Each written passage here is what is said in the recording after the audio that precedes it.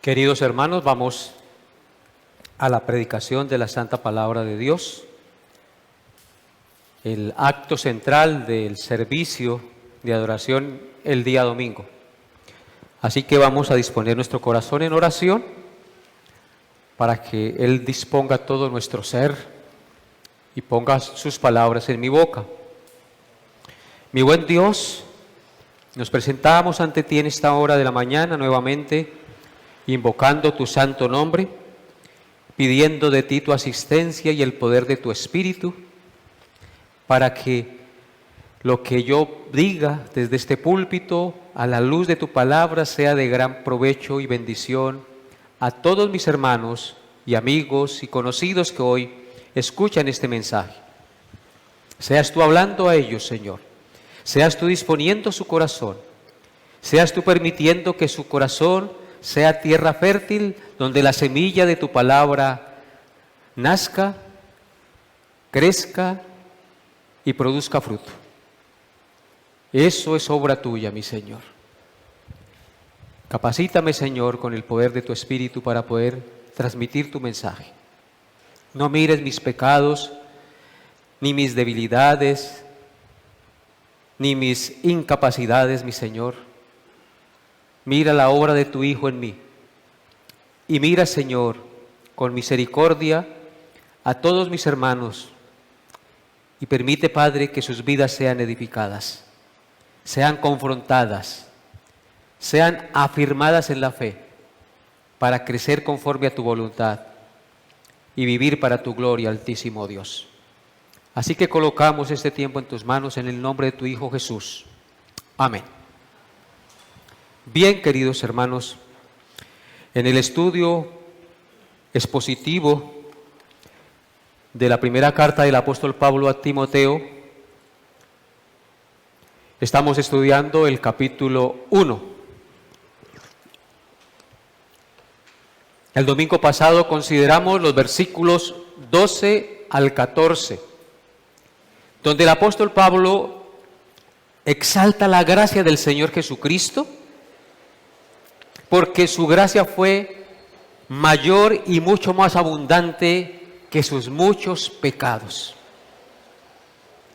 Y a pesar de haber sido él un blasfemo, un perseguidor e injuriador del Señor y de su iglesia, el Señor lo tuvo fiel o lo tuvo por fiel, poniéndolo en el ministerio apostólico, sin que él mereciera nada del Señor. ¿Qué hizo el Señor en Pablo? Pues una transformación que solo Dios puede hacer en el corazón de una persona. ¿Qué fue lo que le dio Dios a Pablo? Dos palabritas que se traducen en un cambio eficaz: gracia y misericordia. Lo que el apóstol Pablo recibió del Señor fue gracia y misericordia. En su misericordia, Dios no le dio a Pablo lo que merecían sus actos. En vez de eso, en su gracia le dio lo que no merecía. Es decir, el perdón de sus pecados, la vida eterna y el altísimo privilegio de ser apóstol del Señor Jesucristo. Así que Pablo recibió de Dios gracia y misericordia. Por eso es que él casi en todas sus cartas saluda y se despide: gracia, misericordia y gracia, misericordia y paz de Dios vuestro Padre y del Señor Jesucristo. Porque él era consciente, por experiencia propia, de lo que había hecho Dios en su vida. Hoy, por la gracia de Dios, consideraremos los versículos 15 al 17. Así que vamos a leer esta porción de las Sagradas Escrituras en 1 de Timoteo 1, 15 al 17.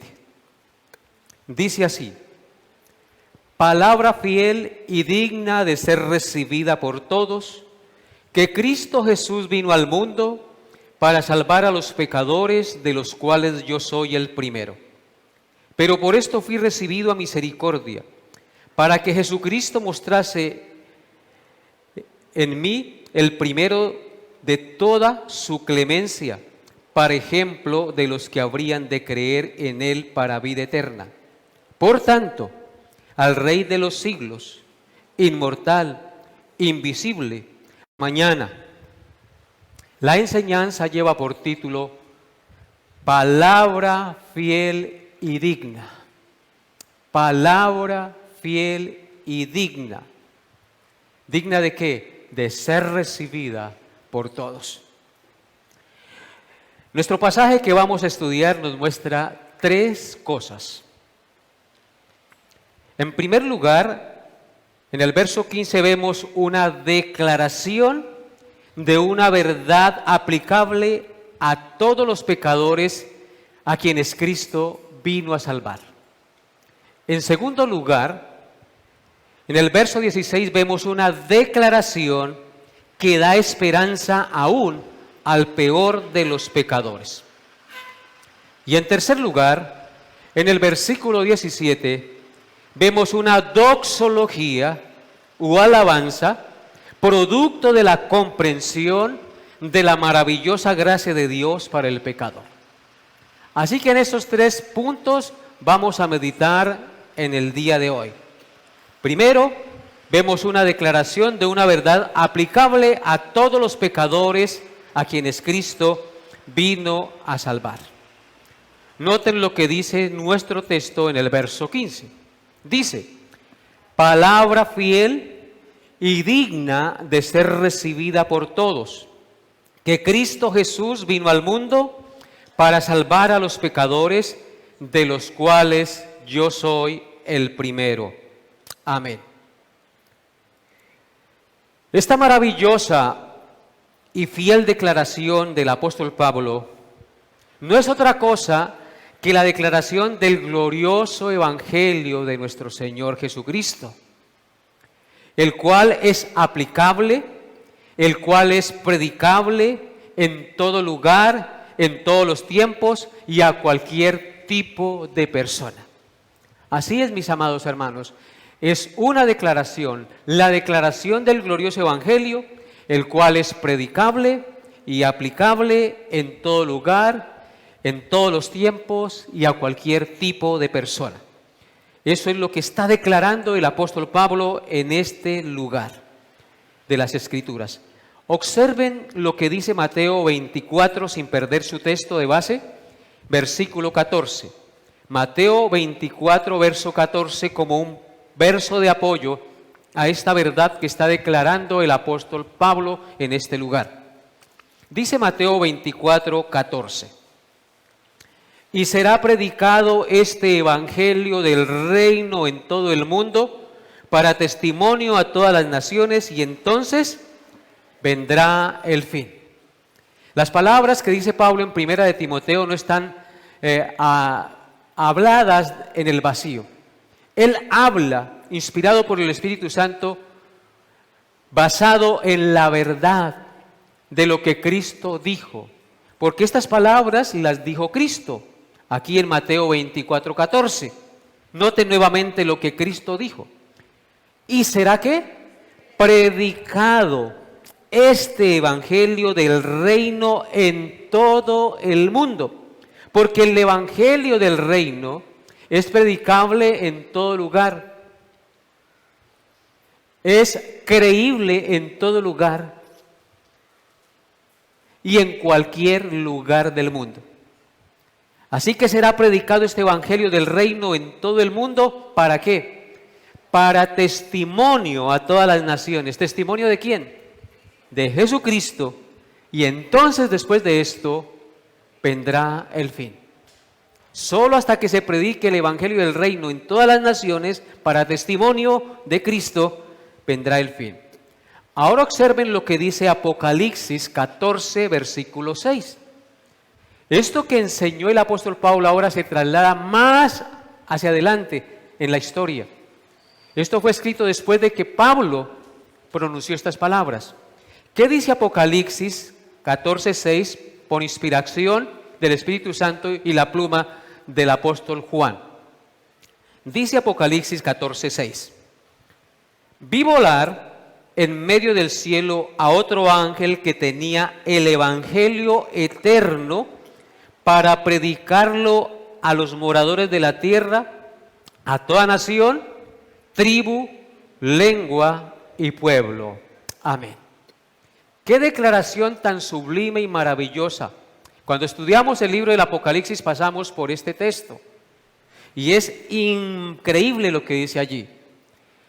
Juan vio volar en medio del cielo otro ángel que tenía el evangelio, ¿qué? Eterno. ¿Quién es el evangelio? Jesucristo. La persona de Cristo es el evangelio.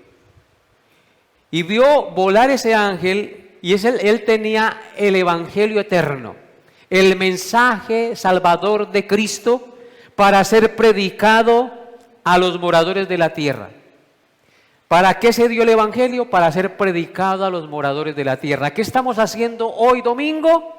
Predicando el evangelio a los moradores de la tierra. Pero luego hace una aclaración. ¿Quiénes son los moradores de la tierra? Toda nación, tribu, lengua y pueblo. Dios predica a todos, para que ninguno tenga excusa de que no escuchó las buenas nuevas de salvación y del perdón de sus pecados en Cristo. Amados hermanos, Jesús no vino meramente a este mundo para mostrarnos cómo vivir una vida mejor o cómo desafiarnos a vivir mejor como personas. Él no vino solamente a eso. Él no vino a enseñarnos cómo vivir una vida mejor o a desafiarnos a vivir como mejores personas. Mis amados hermanos, Él vino a salvar a los pecadores condenados, a los que estaban en condenación eterna. Él vino a salvarlos de la esclavitud del pecado, otorgándoles la vida eterna en Jesucristo. Eso es mucho más que venirnos a enseñarnos a vivir una mejor vida o a desafiarnos para vivir mejor. Él vino a salvarnos de las garras del pecado, de las garras de Satanás, de la condenación eterna y a darnos la vida eterna. Esta palabra digna de ser recibida por todos, que Cristo Jesús vino al mundo para salvar a los pecadores, porque esa es la palabra fiel que Pablo está mencionando, palabra fiel y digna de ser recibida por todos. ¿Cuál es esa palabra fiel y digna de ser recibida por todos? Que Cristo Jesús vino al mundo para salvar a los pecadores. Pablo dice, de los cuales yo soy el primero, tiene 3 características. Repito, esta palabra digna de ser recibida por todos, la cual es fiel y de la cual Pablo dijo, con base en ello, quiere ser el primero de los pecadores a los cuales Cristo vino a salvar, tiene 3 características especiales. En primer lugar, su primera característica es su confiabilidad. En segundo lugar, su significado. Y en tercer lugar, su reconocimiento personal y profundo del pecado. Es lo que vemos allí en estas palabras. Miremos su confiabilidad. Palabra fiel y digna de ser recibida por todos, que Cristo Jesús vino al mundo para salvar a los pecadores, de los cuales yo soy el primero, dice Pablo. Miremos su confiabilidad. Es confiable, es una palabra segura, digna de ser recibida por todos porque proviene de un hecho histórico, real e incuestionable. Por eso es confiable y digna de ser recibida por todos.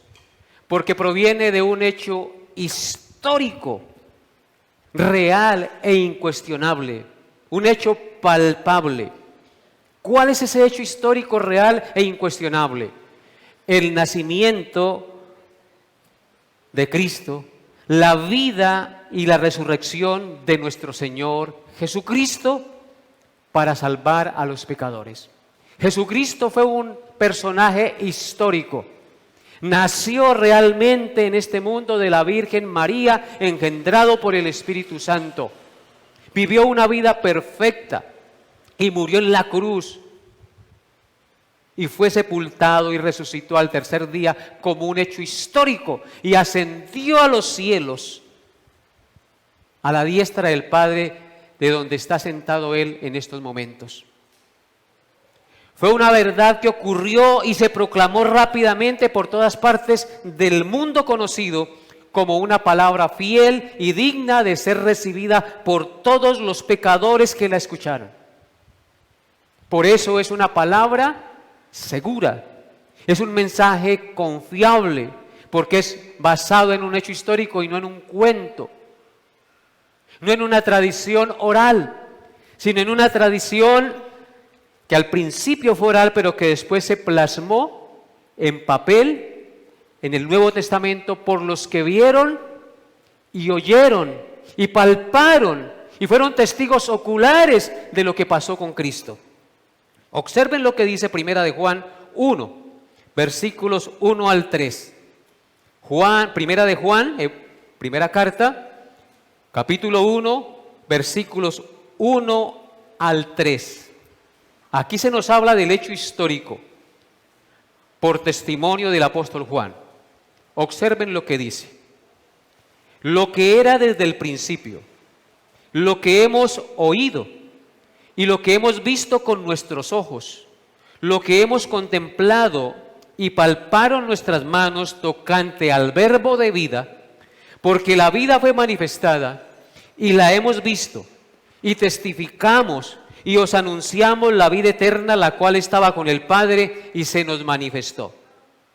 Lo que hemos visto y oído, eso os anunciamos, para que también vosotros tengáis comunión con nosotros, y nuestra comunión verdaderamente es con el Padre y con su Hijo Jesucristo. Amén.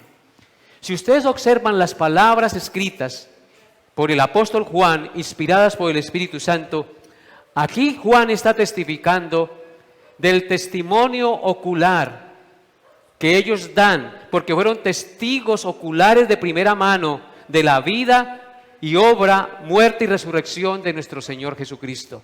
Observen lo que dice el versículo 1. Dice Juan, lo que era desde el principio, lo que hemos oído, lo que hemos visto con nuestros ojos, dice, lo que hemos visto con nuestros oídos, lo que hemos oído con nuestros oídos y visto con nuestros ojos, lo que hemos contemplado y palparon nuestras manos tocante al verbo de vida. Ahí hay varias cosas muy importantes. Ellos oyeron, ellos vieron, ellos contemplaron y ellos palparon 4 cosas. Ellos vieron a Cristo, ellos oyeron a Cristo, ellos contemplaron a Cristo, pero ellos también ¿qué? Palparon a Cristo. Y de ese testimonio de Cristo es que ellos que vieron, oyeron, contemplaron y palparon, es que hablan y escriben. Por eso la palabra fiel que hoy estamos viendo, que Cristo Jesús vino al mundo para salvar a los pecadores, de los cuales yo soy el primero, dice Pablo, es una palabra que confiable, porque está basada en un hecho histórico real e incuestionable. Nacimiento, vida, obra, muerte y resurrección de nuestro Señor Jesucristo. Verso 2 de Primera de Juan 1 dice, porque la vida fue manifestada. ¿Cuál vida? La vida eterna. Y la hemos visto. La vieron en persona, en un cuerpo humano.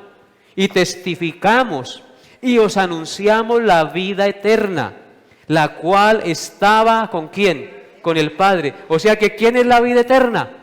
Jesucristo. Sin Jesucristo no hay vida eterna. La cual estaba con el Padre y se nos manifestó. Y luego vuelve a decir, lo que hemos visto y oído, eso os anunciamos para que también vosotros, refiriéndose a toda la cristiandad de la posteridad, tengáis comunión con nosotros, con los apóstoles, con la iglesia. Y nuestra comunión verdaderamente es con el Padre y con el Hijo. O sea que cuando tenemos el mensaje, lo creemos, lo aceptamos, llegamos a tener comunión con los apóstoles, con la iglesia y verdaderamente ¿con quién? Con el Padre y con su Hijo Jesucristo. O sea que Cristo vino al mundo para que nosotros tuviésemos vida eterna, perdón de pecados y comunión con el Padre y con la iglesia de todos los tiempos. Amén. Por eso es un mensaje ¿qué? Confiable. Y observen lo que dice segunda de Pedro 1:16. Segunda de Pedro 1:16. Dice: porque no os hemos dado a conocer el poder y la venida de nuestro Señor Jesucristo, siguiendo fábulas artificiosas, sino como habiendo visto con nuestros propios ojos su majestad. ¿Qué vieron los apóstoles? Con sus propios ojos, la majestad gloriosa del Hijo de Dios, la segunda persona de la Trinidad que se hizo carne. Por eso su mensaje es confiable y es digno de ser recibido por todos. Amén. Pero ese mensaje no solamente es confiable. Para que sea confiable tenemos que entender su significado. Las palabras del apóstol Pablo cuando dice, palabra fiel y digna de ser recibida por todos, que Cristo Jesús vino al mundo para salvar a los pecadores, necesita ser entendida. Eso tiene un significado que significa ser entendido. Esta palabra significa, en esencia, que el Mesías, que había sido prometido por largo tiempo durante el Antiguo Testamento, había nacido en el mundo. Porque la palabra fiel y digna de ser recibida dice que Cristo Jesús vino al mundo. Esa promesa se había proclamado por muchos siglos y al fin llegó. Venido el cumplimiento del tiempo, dice allá en Gálatas 4, Dios envió su Hijo al mundo, nacido de mujer y nacido bajo la ley, para que redimiera a todos los que estaban bajo la ley. O sea que esa palabra fiel y digna de ser recibida tiene un significado. Y ese significado necesita ser entendido. Y es que el Mesías prometido por largo tiempo en el Antiguo Testamento había nacido en el mundo. En consecuencia, esto implicó el acto más grande de amor y condescendencia que se haya realizado en el mundo. Cuando la palabra dice que Cristo Jesús vino al mundo para salvar a los pecadores, implica el acto más grande de amor y condescendencia que se haya recibido en el mundo. Por eso necesita entenderse su significado. El Santo Hijo de Dios, la segunda persona de la Trinidad, se humilló haciéndose hombre. Y esto no solamente implicó un cambio de posición y de estado de parte del Señor, sino que indicó que Cristo Jesús estuvo dispuesto a depender del infinito y eterno deleite de la presencia misma de la gloria de su Padre a las profundidades más bajas de las esferas del pecado y la miseria en la tierra, para morir y redimir a pecadores que nada merecían. Aquí estamos entendiendo entonces el significado de la palabra fiel y digna de ser recibida por todos. Si no entendemos ese significado, pues simplemente pasa a ser una palabrita que se repite como un loro. Pablo está hablando aquí de algo que él tenía interiorizado y que había experimentado y que ahora comprendía, que antes no comprendía su significado. Por eso, esta palabra es fiel y digna de ser recibida por todos. Que Cristo Jesús vino al mundo para salvar a los pecadores. Él no vino, hermanos, a ayudar a salvar a los pecadores, ni vino a darles oportunidad de salvarse. No, mis amados hermanos. Él vino a salvarlos. Él vino a salvarlos. No vino a darles la oportunidad. No vino a ayudarlos a que se salvaran. Porque eso es lo que se enseña hoy en la mayoría de púlpitos. Dios hace una parte y el hombre hace otra parte. No, hermanos, la salvación 100% pertenece al Señor y no a nosotros. Dice el texto, la palabra fiel y digna de ser recibida, que Cristo Jesús vino al mundo. Eso implicó el acto más grande de amor y de humillación. ¿A qué vino? A salvar a los pecadores, no a darles la oportunidad, no a ayudarles para que se salvaran, sino vino a salvarlos. De Él es la obra, de Él es el poder, de Él es la gracia, de Él es la misericordia. Él vino a salvar a los pecadores, porque ellos no se podían salvar a sí mismos. Él vino a buscar y a salvar lo que se había perdido. Amén. Y por eso las iglesias reformadas predicamos el evangelio centrado en Dios. Un evangelio teocéntrico y no antropocéntrico. Siempre buscamos ir a la esencia y al poder de donde vienen todas las cosas. Por nuestra caída en Adán, usted y yo perdimos toda capacidad para buscar al Señor y de decidir por Él. Si Dios no tiene misericordia de nosotros, nosotros estamos totalmente perdidos. ¿Quién fue el hombre que estaba en la tierra perdido en sus pecados y dijo, Señor, sálvame y envía a su Hijo para salvarme? ¿De quién vino la iniciativa? De Dios y no de nosotros. En tercer lugar, la palabra fiel y digna de ser recibida por todos, que Cristo Jesús vino al mundo para salvar a los pecadores, de los cuales yo soy el primero, implica un reconocimiento personal y profundo de nuestra condición pecaminosa. Eso implica esa declaración del apóstol Pablo, de la palabra fiel, del dicho fiel, que Cristo Jesús vino al mundo para salvar a los pecadores, de los cuales yo soy el primero. Un reconocimiento personal y profundo de nuestra condición pecaminosa. Cuando Pablo declara que Jesucristo vino al mundo para salvar a los pecadores, de los cuales yo soy el primero, está admitiendo profundamente su miserable condición pecadora.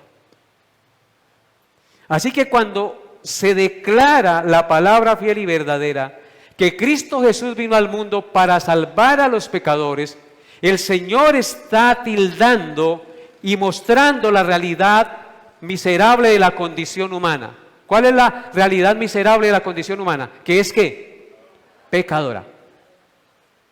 Por eso es que Pablo añade, de los cuales, de esa multitud que vino a salvar, de los cuales yo soy el primero. Hermanos, tenemos que admitir profundamente nuestra miserable condición pecadora delante de Dios cuando se declara el Evangelio.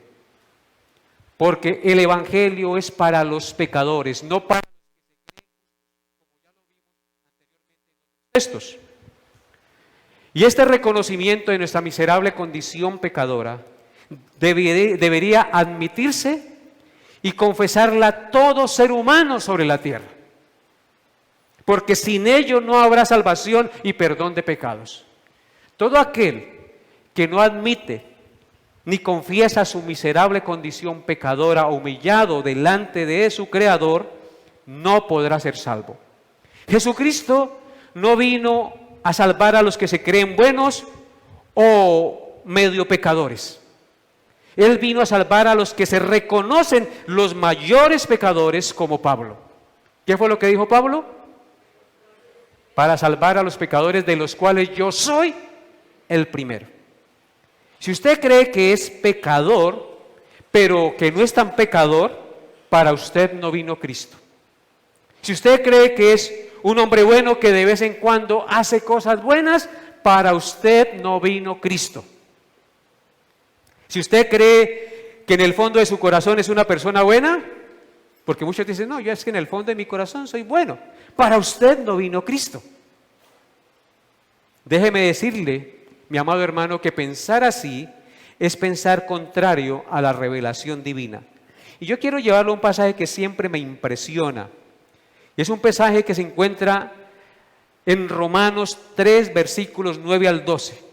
Encontramos la declaración más clara y contundente de la depravación total del hombre. Observen lo que dice Romanos 3, 9 al 12. Dice la palabra de Dios. Verso 9. ¿Qué pues?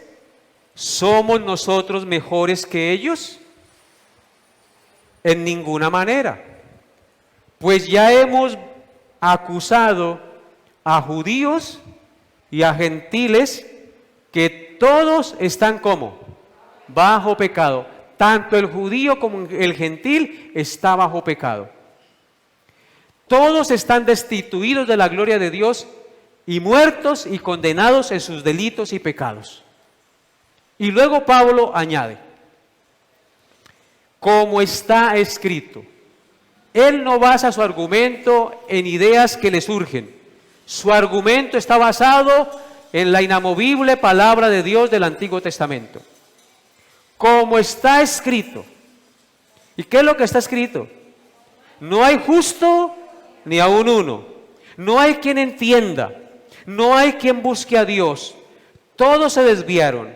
A una se hicieron inútiles. No hay quien haga lo bueno. No hay ni siquiera uno. Amén. Esa es la declaración contundente por boca del apóstol Pablo acerca de la depravación total del ser humano. El pecado corrompió todo en el ser humano. Corrompió su entendimiento de Dios. El texto de Romanos dice que no hay quien entienda. Cuando dice que no hay quien entienda, eso significa que el pecado corrompió nuestro entendimiento acerca de Dios. Todos los seres humanos tienen un falso concepto y un falso entendimiento de las cosas de Dios. A no ser de que Dios quite el velo y el entendimiento entenebrecido que tiene, el hombre no puede entender la palabra de Dios porque para él es que locura. Entonces el pecado corrompió el entendimiento del ser humano. No hay quien entienda, dice nuestro texto. En segundo lugar, el pecado corrompió su voluntad y capacidad de buscar a Dios y de tener comunión con Él. No hay ningún hombre que busque a Dios y tenga comunión con Él por sí mismo. Nuestro texto dice, no hay quien busque a Dios. Eso me da a entender que el pecado corrompió su voluntad y su capacidad de buscar a Dios. En tercer lugar, corrompió la capacidad de hacer lo que es bueno a los ojos de Dios. Esto indica que aún nuestros mejores actos, nuestras mejores obras están contaminadas con el pecado, porque no las hacemos con la intención ni la motivación correcta. Por eso el texto de Romanos 3 dice, no hay quien haga lo bueno, no hay ni siquiera uno. Muchos dirán, pero no, aquí sí está equivocado Pablo, porque hay muchas personas que hacen cosas buenas. Sí, pero no son buenas a los ojos de Dios, porque las hacen con los motivos y las intenciones inadecuadas según el precepto divino. Así que el pecado corrompió nuestro entendimiento, corrompió nuestra capacidad de buscar a Dios y de tener comunión con Él, y corrompió la capacidad de hacer lo bueno a los ojos de Dios.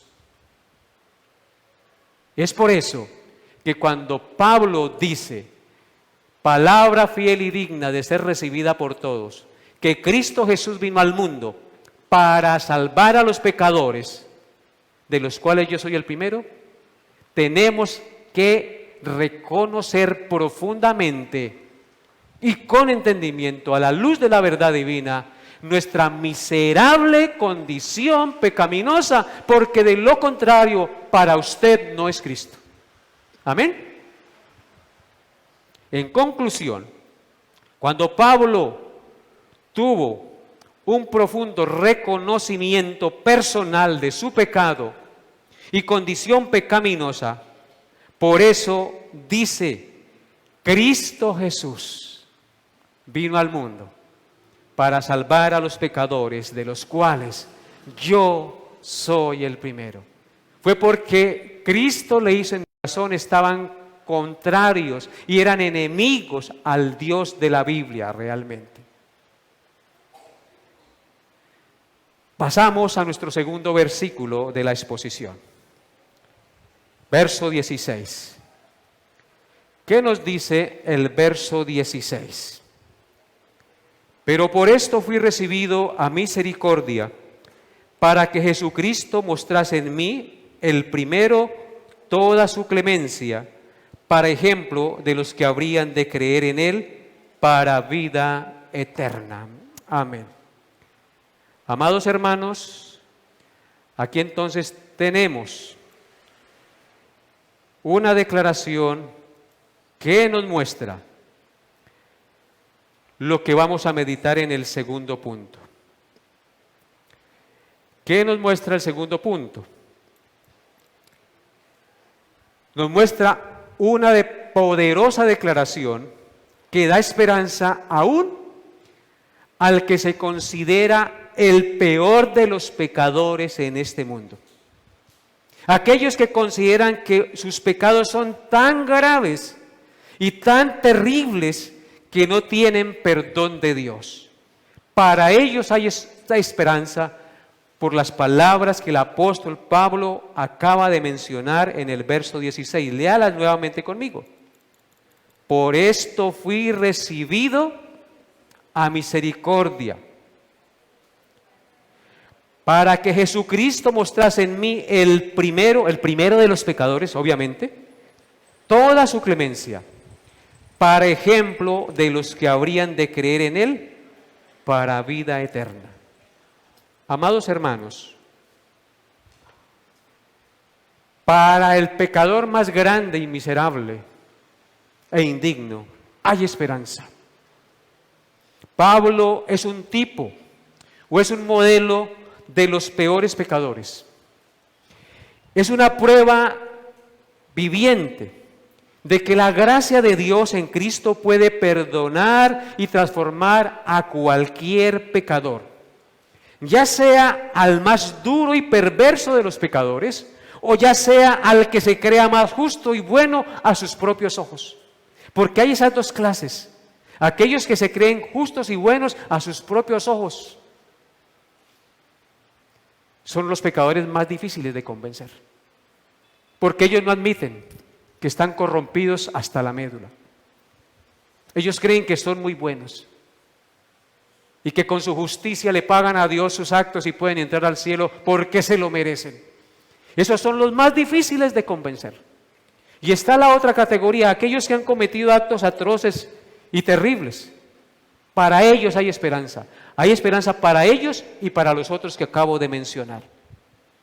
Una de las razones por las que Cristo, en su gracia, otorgó misericordia y salvó a Pablo, siendo lo que fue y haciendo lo que hizo, fue con el propósito de ponerlo como ejemplo a los demás pecadores que, creyendo en Cristo, recibirían el perdón de sus pecados y la vida eterna posteriormente.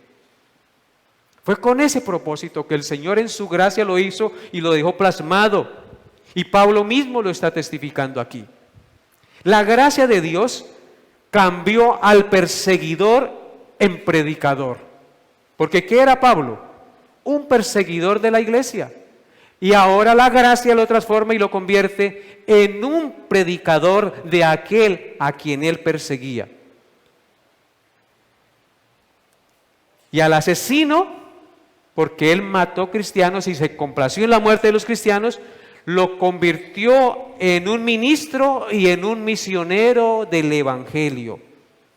Fue tan radical el cambio en la vida de Pablo que la iglesia en Jerusalén, cuando él se convirtió, no creían que él se había convertido.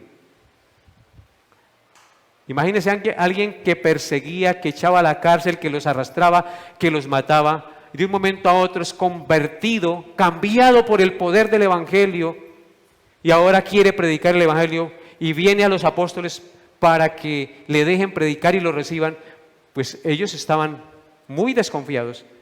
Muy difícil de aceptar eso de un momento a otro. Entonces fue tan radical, tan abrupto, tan impactante el cambio, que aún los creyentes de la iglesia en Jerusalén no creían de su conversión. Hubo un propósito especialísimo en el caso de Pablo. Que quedara como ejemplo del gran alcance de la misericordia de Dios. Ese fue el propósito especialísimo, que quedara como ejemplo del alcance de la gran misericordia de Dios. Y escuchen por qué. En Palestina había judíos y soldados romanos que habían maltratado a Cristo, que lo habían injuriado, que lo habían escupido, que lo habían azotado, que le habían quitado la vida, que se habían burlado de él. Todos esos soldados habían hecho esas cosas. Ahora, Pablo proclama, el ejemplo de Pablo les ofrecía una esperanza consoladora a esos soldados, ¿sí o no? Porque ¿qué pensarían ellos? Yo no merezco la salvación. De hecho, un centurión romano, cuando vio que el cielo se oscureció y dijo, en tus manos encomiendo mi espíritu, dijo, verdaderamente este era el Hijo de Dios. ¿Cómo se sentiría él de saber que fue cómplice, que estuvo allí gozándose e insultando y azotando al Señor, complaciéndose en el martirio? ¿Cómo se sentiría él? Indigno, inmerecedor del perdón y de la misericordia de Dios. Pero con las palabras de Pablo se abre ¿qué? La esperanza. Pero no solo con las palabras, sino con el ejemplo de Pablo. Porque ¿qué era lo que había hecho Pablo? Perseguir y matar a los cristianos. De hecho, cuando Pablo fue convertido, que iba camino a Damasco, y la luz incandescente más brillante que el sol cuando está en su fuerza al mediodía, lo dejó ciego y cayó a tierra, oyó una voz que le dijo, Saulo, Saulo, ¿por qué me persigues? Dura cosa te es dar coces contra el aguijón. Perseguir a los cristianos implicaba perseguir ¿a quién? A Cristo. Entonces Pablo realmente estaba persiguiendo y azotando y menospreciando y vituperando a Cristo y a su iglesia. Pero ahora con las palabras de Pablo y con la experiencia de Pablo en su conversión, que quedan plasmadas en la Escritura, se abre la esperanza para cualquier tipo de persona pecadora. Para aquel miserable que dice, no, yo no tengo perdón de Dios, lo que he hecho es tan grande, tan aborrecible, tan vergonzoso, que Dios no me perdona. Dios sí te perdona, amado, si vienes a Él arrepentido y reconociendo su miserable condición pecaminosa, reconociendo que solo en Él hay salvación y vida eterna. Dios sí perdona. Por eso el profeta Isaías dijo en Isaías 55, versículo 7. Isaías 55, verso 7 dijo, deje el impío su camino y el hombre inicuo sus pensamientos y vuélvase a Jehová, el cual tendrá de él misericordia, y al Dios nuestro, el cual será amplio en perdonar. ¿Notan eso? El Dios nuestro es ¿qué? Amplio en perdonar. ¿En perdonar a quién? Al inicuo, al pecador de pecadores. Él es amplio en perdonar. Y en Primera de Juan, capítulo 5, verso 11, el apóstol Juan escribió lo siguiente. Primera de Juan 5, 11. Y este es el testimonio, que Dios nos ha dado vida eterna, y esta vida está en su Hijo. La vida eterna es para cualquier pecador, no importa lo que haya hecho. Si usted está escuchando esto hoy y su corazón le está comenzando a arder y se siente ruborizado y avergonzado de sus pecados y se siente miserable ante los ojos de Dios, pero al mismo momento entiende que hubo alguien que vino del cielo a la tierra para pagar y limpiarle de ese pecado o de esos pecados que usted ha cometido. Pues es un buen síntoma. Es el síntoma de que el Espíritu Santo está tocando su conciencia más profunda y corrompida por el pecado, que le está mostrando que solamente hay un camino en el cual usted puede encontrar paz, perdón y reconciliación con Dios. Ven a Jesús, pecador que me escucha. Si ustedes supieran lo que yo hice y aún hago en pensamientos, me pondría rojo delante de ustedes si ustedes lo supieran. Gracias a Dios que ninguno conoce lo que piensan los otros. Gracias a Dios.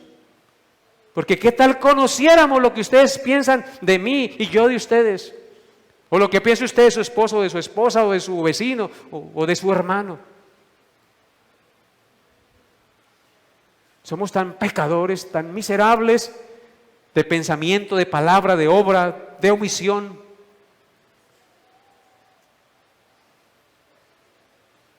Aquí está el peor de los pecadores predicándoles. Y cada cristiano, cuando entiende el Evangelio, debe decir lo que dijo Pablo: yo soy el primero de los pecadores. ¿O no es así? Esa debe ser la conciencia, el sentimiento que nos embarga cuando entendemos el grande amor, la gran misericordia y lo que somos delante de ese Dios santo y misericordioso. Verso 17. Verso 17. Dice: por tanto, al Rey de los siglos, inmortal, invisible, al único y sabio Dios, sea honor y gloria por los siglos de los siglos. Amén. Amén. Ahora entendemos por qué Pablo dijo eso. Ahora entendemos por qué usted y yo debemos decirlo. Si notan que cuando se nos explica el Evangelio, tienen sentido las palabras que están escritas. En este verso 17 vemos una doxología gloriosa. Una doxología gloriosa. Expresada por el apóstol Pablo, producto de la experiencia y de la comprensión de la maravillosa gracia de Dios para el pecador.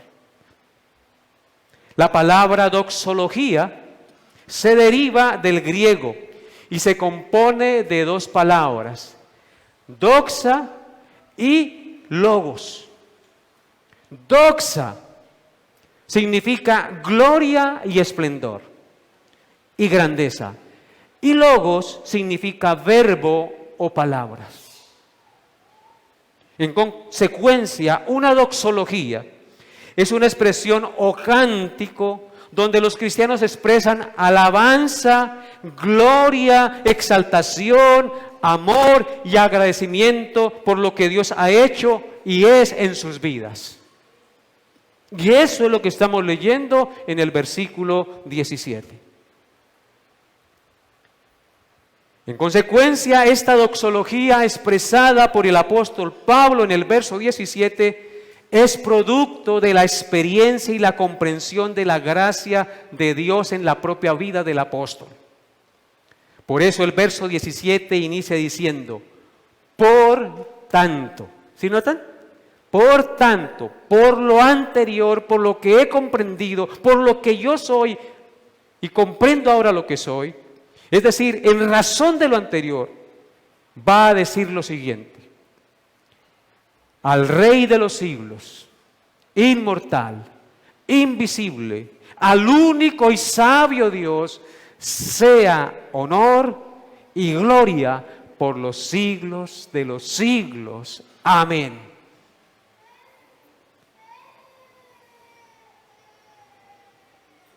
Este cántico de alabanza y exaltación,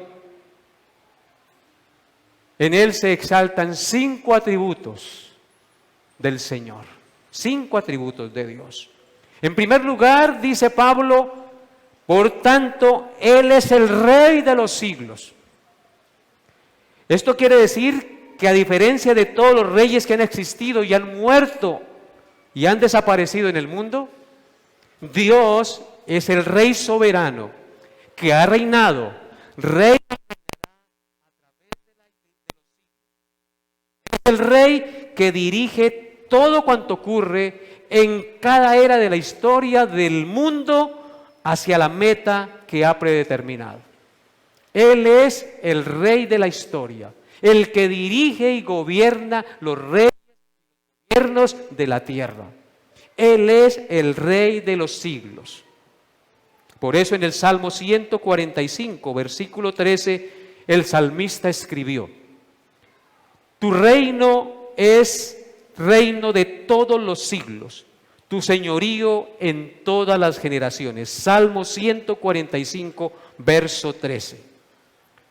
En Jeremías 10:10 escribió el profeta lo siguiente: mas Jehová es el Dios verdadero, Él es el Dios vivo y Rey eterno.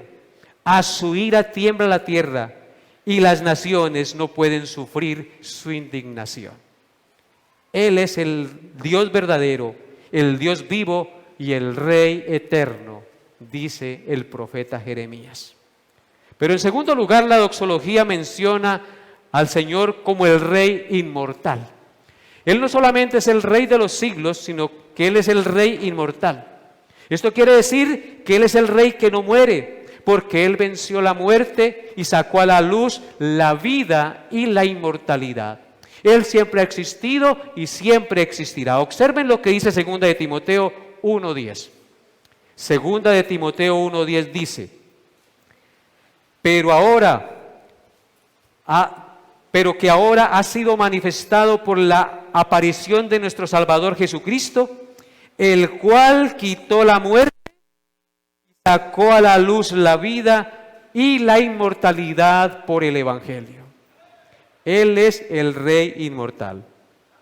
Pero no solamente es el Rey de los siglos y el Rey inmortal, sino que Él es el Rey invisible. Esto indica que Él no se puede ver. Él es tan infinitamente poderoso, tan infinitamente santo, tan infinitamente puro, tan infinitamente perfecto, tan lleno de gloria, que es inimaginable y que nuestros ojos humanos, nuestra mente no puede ver, discernir, ni comprender, ni resistirle, porque moriríamos. Eso indica que Él es invisible, no es simplemente que no lo vemos. Es que tú y yo no podemos comprenderlo a Él. Él es invisible a nuestros ojos por su grandeza, su magnificencia y su gloria, su santidad y su poder. Él va más allá de nuestra humana comprensión. Él es Dios eterno. Él es el Rey inmortal, Él es el Rey de los siglos, Él es el Rey invisible. Por eso miren lo que dice 1 de Timoteo 6:16. 1 de Timoteo 6:16 dice: el único que tiene inmortalidad, que habita en luz inaccesible, a quien ninguno de los hombres ha visto ni puede ver, al cual sea honra e imperio sempiterno. Amén, dice la iglesia. ¿No dijeron? No están conectados, hermanos. Volvamos a leer el texto. 1 Timoteo 6:10. El único que tiene inmortalidad, que habita en luz inaccesible, a quien ninguno de los hombres ha visto ni puede ver porque es invisible, al cual sea la honra y el imperio sempiterno. Y la iglesia dice: amén. Es una verdad supremamente gloriosa e inefable que nosotros debemos proclamar como criaturas creadas por el Señor. y redimidas por la sangre del Rey eterno y del Rey de los siglos, que se humilló haciéndose hombre para morir por nosotros en la cruz. Es por eso que en Colosenses capítulo 1, versículos 15 al 16 se escribe y se lee lo siguiente. Colosenses 1, 15 al 16. Él es la imagen, hablando de Cristo, del Dios invisible. Si queremos ver al Dios invisible, tenemos que mirar ¿a quién? ¿A quién? A Cristo, el primogénito de toda creación. Porque en Él fueron creadas todas las cosas, las que hay en los cielos y las que hay en la tierra, visibles e invisibles, sean tronos, sean dominios, sean principados, sean potestades, todo fue creado por medio de Él y para Él. Por eso es que en ese reino invisible, a nuestros ojos aún, allí no entrará ninguna cosa inmunda o que haga abominación ni maldad, sino solamente los que están inscritos en el libro de la vida del Cordero y los que han sido lavados por la sangre del Cordero. En cuarto lugar, Él no solamente es el Rey de los siglos, el Rey inmortal, el Rey invisible, sino que es el único Dios verdadero. Esto indica que fuera de Él no hay Dios. Él es el único Dios que existe, que siempre ha existido y siempre existirá. Y todos los demás son dioses falsos.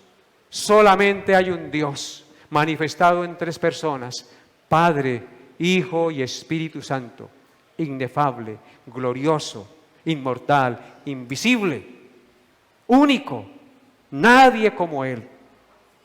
Amén.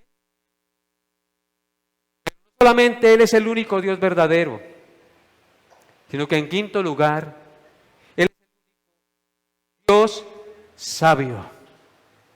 El único Dios y Rey sabio, podemos añadir. Esto indica que Él es la sabiduría. Cristo es la sabiduría, Dios es la sabiduría. La creación testifica de su infinita y perfecta sabiduría y su infinito y perfecto poder. Observen lo que dice el Salmo 104, verso 24. Salmo 104, verso 24. Dice así: cuán innumerables son tus obras, oh Jehová. Hiciste todas ellas con sabiduría. La tierra está llena de tus beneficios, de tu sabiduría. Maravilloso, ¿no les parece, hermanos? Salmo 104, 24. Cuán innumerables son tus obras, oh Jehová. Hiciste todas ellas con sabiduría. Mira, hermano, observe usted una simple hormiga. Tiene capacidad de moverse, de ir y venir, de trabajar, de llevar su comida. Tiene orientación, tiene olfato. Ese animal tan minúsculo, todas las cosas que ha hecho Dios las ha hecho con sabiduría. Observe usted la hoja de un árbol, tiene un diseño perfecto. Tiene poros y tiene capacidad de producir oxígeno. Observe sus ojos, son cámaras filmadoras que todo el tiempo están viendo y filmando lo que usted ve. Y no necesita de pila ni estar conectado a la corriente. Todo es hecho con sabiduría. Porque Él es el único Dios sabio, hermanos. En consecuencia, estos atributos exaltan al único Dios sabio, al único Dios que es Rey de los siglos, al único Rey inmortal, al único Rey que permanecerá por siempre, hermanos. Estos atributos nos llevan a decir con el apóstol Pablo, al terminar la doxología: a Él sea la gloria y el honor por los siglos de los siglos. Amén.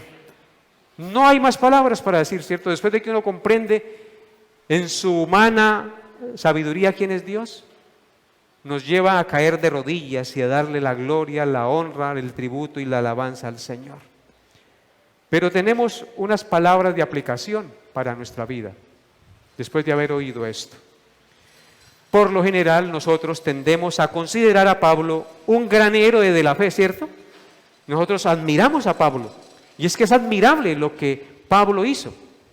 Pero Pablo nunca se vio a sí mismo como un héroe de la fe, hermano.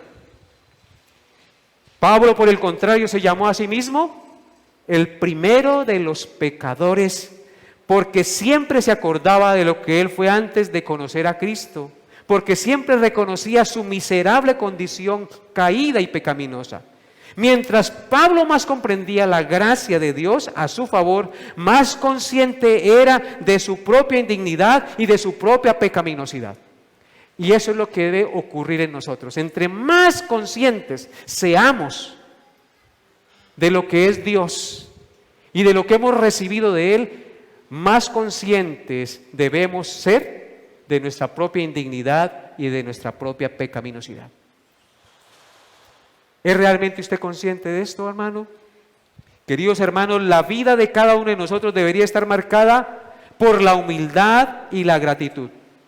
Nunca olvidemos que somos pecadores salvados por gracia y que lo que somos, lo somos por la gracia de Dios, queridos hermanos. A veces nos llenamos de ínfulas, pero son ínfulas que no valen, que en nada aprovechan y que en nada glorifican a Dios.